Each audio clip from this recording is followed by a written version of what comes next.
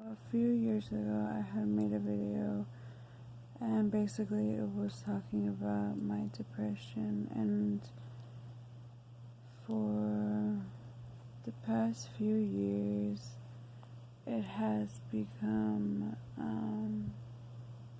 really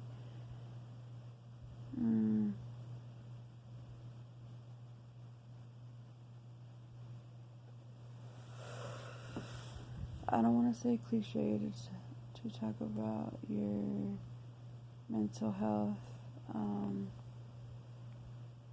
but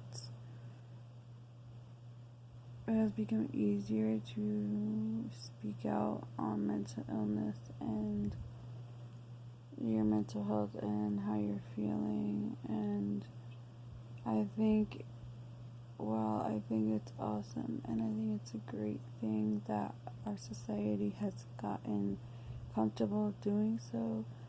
I think it's become a problem, an issue, because the more we talk about it, the more comfortable we obviously become.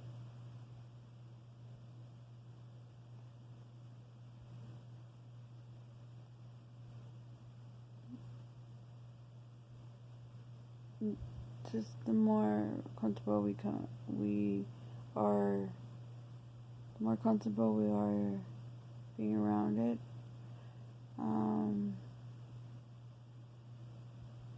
And that is what is not okay. And in my eyes, it shouldn't be okay to just exist with mental illness. Something should be done.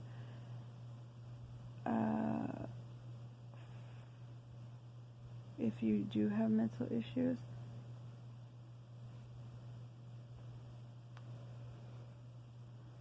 I've grown a lot since I've made that video. And if you don't know what video I'm talking about, it's probably the first video I made on my YouTube channel.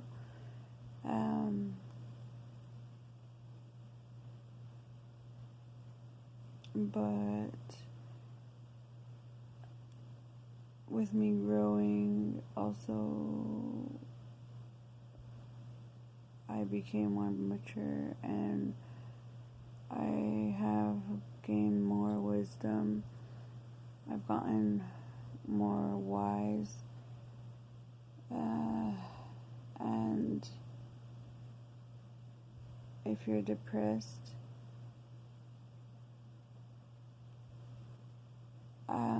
basically what I learned in therapy is, okay, let's say you're depressed right now. Okay, yeah, that totally exists. Having anxiety totally exists. Having PTSD totally exists. Completely 100% exists.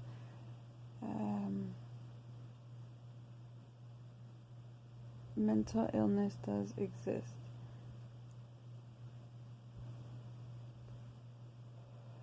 What also exists is being stagnant, being okay with having mental illness.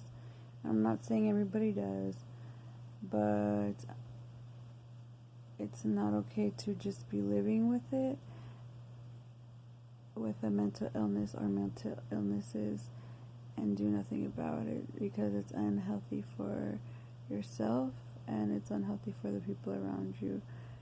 If you're suffering from depression or being depressed or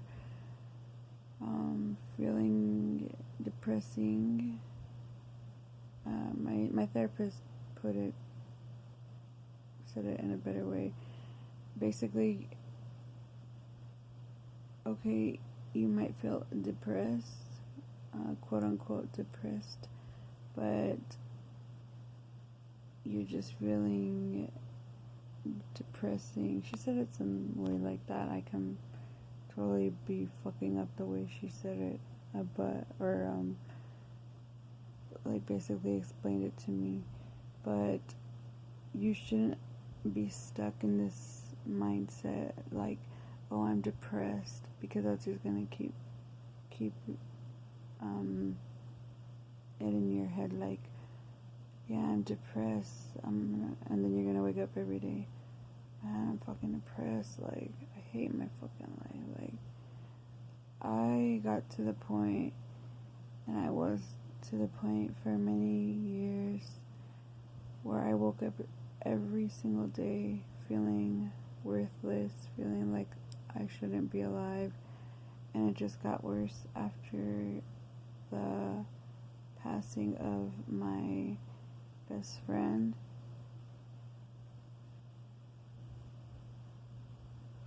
Which is a whole other video in itself, but and that's when that's when I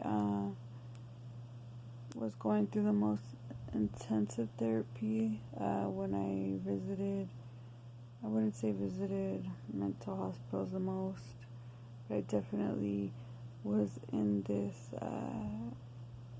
depressing state I was in, that I had myself in. Not to say that, when you lose somebody you care deeply for and they're now all of a sudden gone, that you force yourself to be depressed. There is just ways that you can definitely cope with your feelings, and being sad and depressed are two totally different things.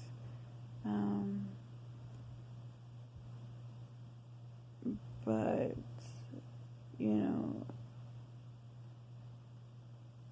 I know I'm just jumping like everywhere.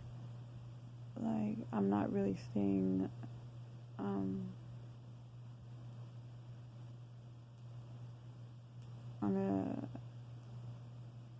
I'm not really explaining things. Like, I'm jumping from like explanation to explanation, like trying to explain things, but I'm jumping everywhere. Basically,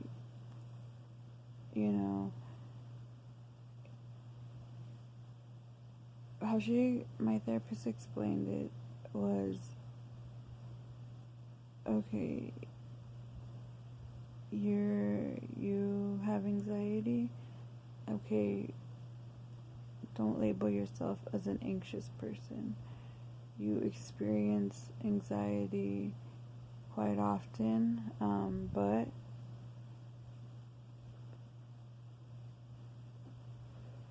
there are ways to cope with those feelings you have, and there are basically, don't label yourself as a depressing person or an anxious person or a person with PTSD. You're experiencing an episode or a flashback from PTSD. You shouldn't label yourself as what you are diagnosed with, if that makes sense.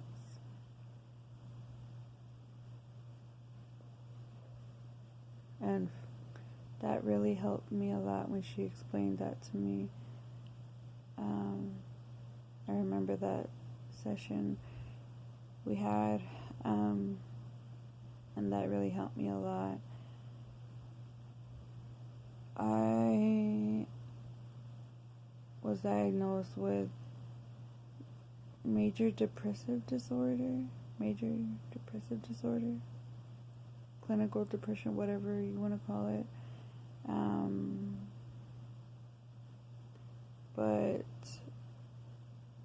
And I've been on many medications, antidepressants, mood stabilizers. Paxil, I started when I was at the age of 18, and I started because of my social anxiety. Now, my social anxiety, I learned, stemmed from me being super self-conscious and uncomfortable in my own body, I had to learn to become comfortable in my own body. I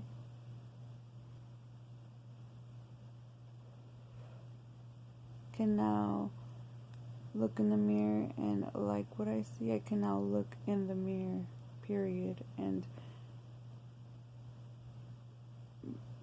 feel like I am alive, if that makes sense. Because for a very long time, especially after the passing of my best friend Christian, I didn't feel alive. I felt like I had lost my life. When he left, I left with him, but I'm still here for a reason. I believe everything happens for a reason. I know that may sound so cliche. I guess that goes, I was going to say hand in hand with karma. Kinda, it does. But anyway,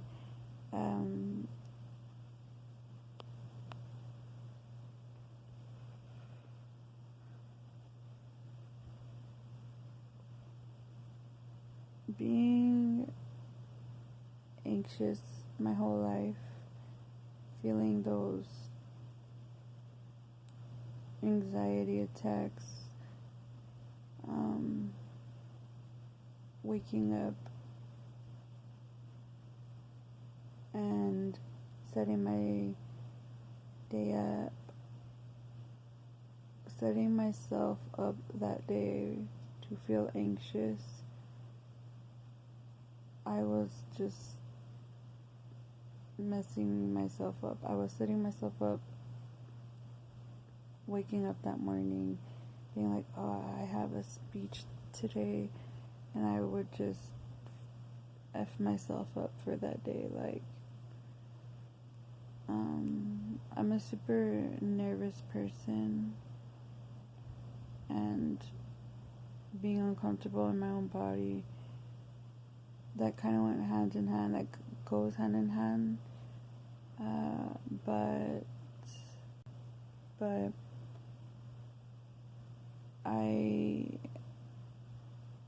and it takes practice, it takes maturing, it takes growing up, wising up to realize, okay, I can separate each situation. I can separate the situations where I felt anxious